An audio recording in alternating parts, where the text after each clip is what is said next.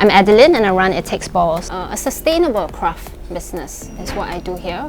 I mean, the name is a bit more than a cheeky name for a knitting company because, you know, we use balls of yarn. It's also about making a stand.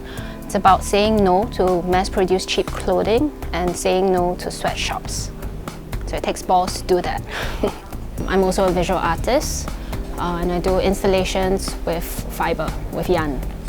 This is No Room to Swing a Cat, and it's one of the pieces in this show called 9 Lives. So 9 Lives is an art and design show where they invite 9 different artists with different mediums to respond to a theme. For this year is how urbanization impacts our community animals. It's like a two-pronged approach, you know, we get them to talk about being tolerant to community cats and also about sustainability and how it can translate in art and design.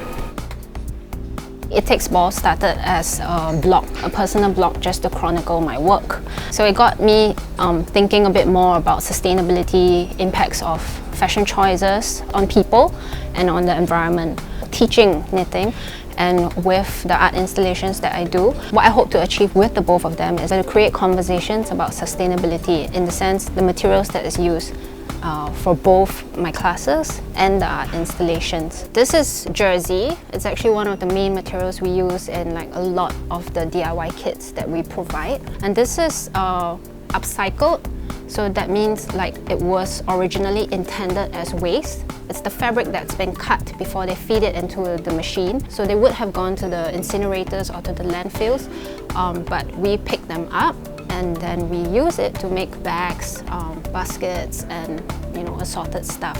This is Eco Solutions Q yarn, and it's the material that I use the most for my art installations. It's actually carpet. It's sponsored by Shaw Contracts, and they are basically the first to be awarded Cradle to Cradle certification. Cradle to Cradle is the most stringent green certification for any product. You can basically recycle it again and again and again. The use of it will never end. So yeah, so this is one of the favorite things that I like to use for my installations because of this story behind it. I believe in the skill sharing movement. So I don't charge for the classes. So our goal is to get them to finish it. You know, so once they finish it, then they feel better about it. They feel that it's doable and then they believe our message more. Yeah. I get really very satisfied when it's someone who previously never thought about fast fashion, who are into luxury brands, they carry luxury brand bags, and the same people who end up being interested in like our knitted bags.